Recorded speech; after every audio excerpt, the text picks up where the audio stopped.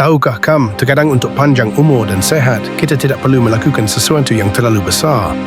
Hanya sedikit pad perubahan dalam pola makan harian anda, misalnya makan secukupnya, juga dapat membuat perbezaan besar. Hinohara yang hidup sampai usia 105 tahun dan masih bekerja hampir sepanjang hidupnya, tidak mengikuti diet ketat atau menghitung setiap kalori dengan cermat. Dia hanya punya satu aturan sederhana. Jangan makan sampai perut anda kenyang. Orang Jepang menyebutnya hara hachibu, yang berarti berhenti makan ketika anda merasa nabana sudah 80% kenyang. Kedengarannya sederhana, bukan? Namun faktanya ini adalah salah satu rahasia penting untuk membantu penduduk Okinawa, negara dengan penduduk terbanyak berusia di atas 100 tahun di dunia, menjaga kesehatan dan kejernihan mental. Saat anda makan perlahan, anda punya waktu untuk mendengarkan tubuh anda, dan anda akan menyadari bahawa kenyang bukan berarti perut kenyang. Rasanya cukup, tidak lelah, tidak berat, tidak mengantuk setelah makan. Ada sebuah cerita kecil tentang Ibu Helen, 98 tahun, yang dulunya hidup dalam pola pikir harus makan semua yang ada di piring. Baginya, tidak memakan semuanya adalah hal yang sia-sia. Namun kemudian, hari demi hari, dia merasa semakin kembung, lelah setelah makan, dan bahkan tidak bisa tidur nyenyak. Setelah mempelajari kebiasaan makan orang Jepang, dia memutuskan untuk mencoba perubahan. Dia mulai makan lebih lambat, berhenti ketika dia merasa sudah cukup, meskipun masih ada sisa makanan. Awalnya agak menyesal, namun setelah beberapa hari, dia menyadari tubuhnya lebih ringan, pikirannya lebih waspada, dan tidurnya lebih nyenyak. Faktanya, makan cukup tidak hanya baik untuk pencernaan. Ini juga membantu anda tidak mempertahankan energi yang stabil sepanjang hari. Jika anda tidak makan terlalu banyak, tubuh anda tidak akan kelebihan beban. Anda terhindar dari rasa ngantuk setelah makan siang atau mengidam camilan di sore hari. Daripada mengalami fluktuasi energi seperti roller coaster, anda akan merasa lebih seimbang dan nyaman. Malam ini, saat anda duduk untuk makan, cobalah sesuatu yang sederhana, makan perlahan. Jangan terburu-buru, kunyah hingga tuntas, rasakan rasa makanannya. Setelah beberapa outset, berhentilah dan tanyakan pada diri anda, apakah saya sudah cukup melihat? Jika jawabannya mungkin, letakkan sumpit anda. Jangan menunggu sampai anda tidak bisa bernapas untuk berhenti. Kenyamanan setelah makan akan mengejutkan anda. Hal yang menarik adalah ketika anda makan cukup dan anda tidak hanya menjaga bagai tubuh anda, tetapi anda juga mengajari diri anda sendiri cara memperlambat. Sebuah cara hidup yang mendengarkan, menyeimbangkan dan penuh kesadaran. Seperti yang pernah dikatakan Dr. Hinohara, umur panjang tidak hanya datang dari ilmu kedokteran atau teknologi, tapi dari hal-hal sederhana yang kita lakukan sehari-hari. Dan makan yang cukup adalah awal yang baik. Pernahkah anda berfikir bahawa kesehatan yang baik tidak selalu dimulai dengan pil yang mahal atau diet ketat? Mungkin hanya berasal dari santapan sederhana dengan semangkuk sup miso panas atau sepotong tahu lembut yang ditaburi sedikit kicap harum. Kedengarannya sederhana, bukan? Namun hal sederhana itulah yang menjadi rahasia panjang umur dan sehat Dr. Shigeaki Hinohara yang telah hidup hingga usia 105 tahun dan masih waspada, bekerja, dan penuh energi. Di Jepang, orang tidak banyak makan daging merah dan tidak menghitung setiap gram protein. Mereka mendapatkan kekuatan dari makanan yang berasal dari bumi, dari kedelai, dari proses fermentasi alami yang dilestarikan oleh kakek dan nenek mereka selama beberapa generasi. Itu sebabnya setiap hari, Dr. Hinohara selalu mengawali pagi hari dengan semangkuk sup miso. Bukan karena menurutnya itu baik untuk liver atau baik untuk pencernaan, tapi hanya karena hangat, nyaman, dan membuatnya merasa diperhatikan. Makanan seperti tahu, miso, natto, atau edamame semuanya merupakan masakan yang sangat familiar bagi orang Jepang. Dan perlu disebutkan bahawa mereka tidak hanya enak, tetapi juga sangat mudah disiapkan.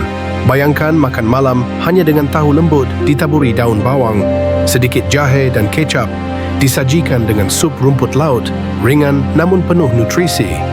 Tubuh anda tidak akan terasa berat setelah makan, melainkan akan terasa nyaman, lega, dan penuh energi untuk melanjutkan sisa hari. Faktanya, banyak dari kita terutama ketika kita mencapai usia 51 dan 60-an, mulai merasa lelah setelah makan atau mengalami masalah pencernaan dan kembung. Hal ini terkadang bukan karena usia, melainkan karena makanan yang kita pilih sudah tidak cocok lagi. Saatnya untuk melihat ke belakang. Mungkin ini saatnya mencoba semangkuk miso sederhana daripada makanan berminyak. Atau tambahkan asinan kubis ke dalam makan siang Anda, tidak hanya untuk menambah rasa tetapi juga untuk menyehatkan mikroflora usus yang memengaruhi suasana hati, tidur dan kesehatan kita. Saya belum pernah makan natto, pasti susah makannya. Jangan buru-buru memaksakan diri. Anda tidak perlu mengubah semuanya dalam satu hari.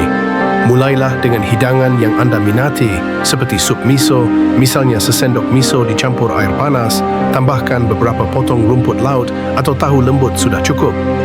Yang penting bukanlah kesempurnaan, tetapi perasaan menyenangkan dan kegembiraan kecil yang dibawa oleh makanan. Karena terkadang, kesembuhan tidak datang dari hal-hal besar, melainkan dari saat Anda duduk menikmati hidangan sederhana dengan pikiran ringan. Dan dari sana, tubuh Anda tahu cara menyembuhkan dirinya sendiri. Begitu saja, setiap makan sederhana dan teratur setiap hari akan secara diam-diam membawa Anda menuju kesehatan berkelanjutan dan kegembiraan hidup yang bertahan lebih lama dari yang Anda kira.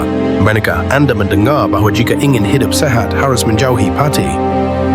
Mungkin Anda telah mencoba banyak diet rendah karbohidrat, mengurangi nasi, kentang, roti, dengan harapan dapat mengontrol berat badan, menstabilkan gula darah, atau sekadar mengurangi rasa lelah setelah makan. Namun kemudian Anda mendapati diri Anda menginginkan lebih banyak makanan manis, atau di sore hari Anda merasa lesu dan pikiran Anda berkabut. Itu adalah hal yang sangat umum.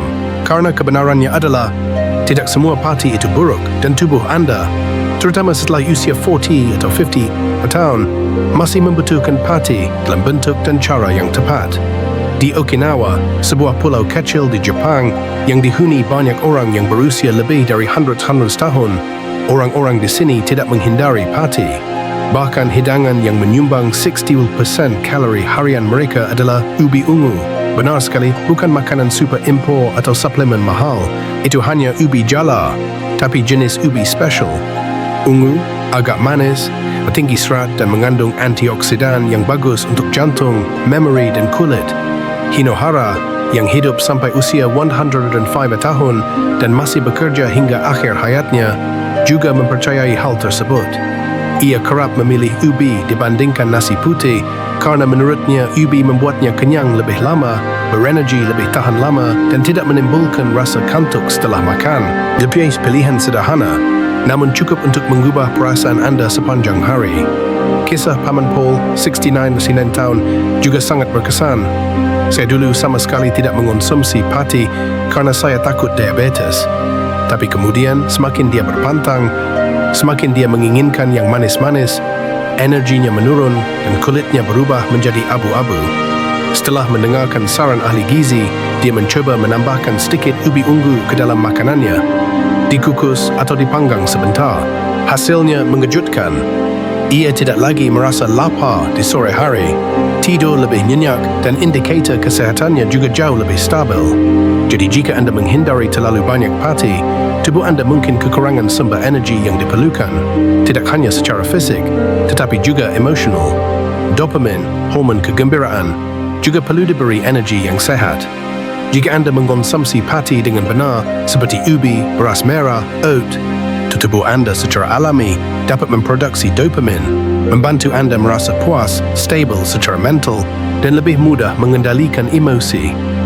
Malam ini, daripada bersusah payah mencari hidangan diet yang membuat Anda kehilangan minat, cobalah memanggang ubi, tambahkan sedikit garam laut, dan makan perlahan di bawah sinar matahari hangat. Mungkin Anda tidak hanya akan merasa kenyang, tetapi juga merasa lebih ringan dan damai. Itu adalah pati, tapi jenis yang membawa kegembiraan dan kehidupan. Pernahkah Anda bertanya-tanya apa yang membuat seseorang di usia 90 atau bahkan 100 tahun masih bisa tersenyum, berjalan setiap pagi, dan bercerita tata seolah-olah baru saja menjalani hari yang indah? Dr. Hinohara, yang hidup sampai usia 105 tahun, pernah berkata, untuk berumur panjang, Anda memerlukan alasan untuk bangun setiap pagi. Dan anehnya, alasannya tidak harus besar. Tidak perlu menjadi orang hebat, tidak perlu melakukan sesuatu yang luar biasa. Terkadang, sekadar secangkir teh hangat, menelepon teman lama atau berjalan-jalan beberapa minit di bawah sinar matahari pagi sudah cukup untuk menghangatkan hati kita. Selama lebih dari 1 abad hidupnya, Dr. Hinohara tidak mengikuti diet ketat atau olahraga berat. Dia hanya mempertahankan langkah hidup yang lembut, penuh rasa ingin tahu dan kegembiraan sederhana setiap hari. Setiap pagi, dia memulai dengan semangkuk sup miso sederhana, berjalan kaki alih-alih naik lift, menulis buku dan membagikannya kepada murid-muridnya meskipun usianya sudah lebih dari 90 tahun. Apa yang membuatnya tetap hidup dan sehat bukanlah obatnya, melainkan obatnya kegembiraan hidup setiap hari. Mari seorang wanita berusia 79 tahun selalu hidup dalam kondisi stres. Dia khawatir tentang pola makan, berat badan, indeks gula darah, serta setiap hari raya adalah pertarangan dengan angka. Hingga dia membaca nasihat Dr. Hinohara, dia berhenti. Alih-alih menghitung kalori, ia mulai menghitung hal-hal yang membuatnya tersenyum. Rangkaian bunga yang baru mekar di balkon, secangkir teh harum di sore hari, atau memetik sayuran dari panci kecil di depan jendela. Dan kemudian dia melihat sesuatu yang tidak terduga. Dia tidur lebih nyenyak, makan lebih alami, dan suasana hatinya jauh lebih ringan. Perubahan kecil yang sepertinya tidak ada hubungannya dengan kesehatannya membuat tubuhnya menghembuskan nafas relaksasi yang panjang. Soalnya dopamin, bahan kimia A yang menciptakan perasaan bahagia di otak, tidak hanya datang dari kesuksesan besar atau imbalan besar. Itu berasal dari ini momen-momen kecil yang menyenangkan, diulang setiap hari. Mirip seperti berjalan-jalan 10 menit di taman, mendengarkan lagu favorit, atau merawat tanaman dalam pot.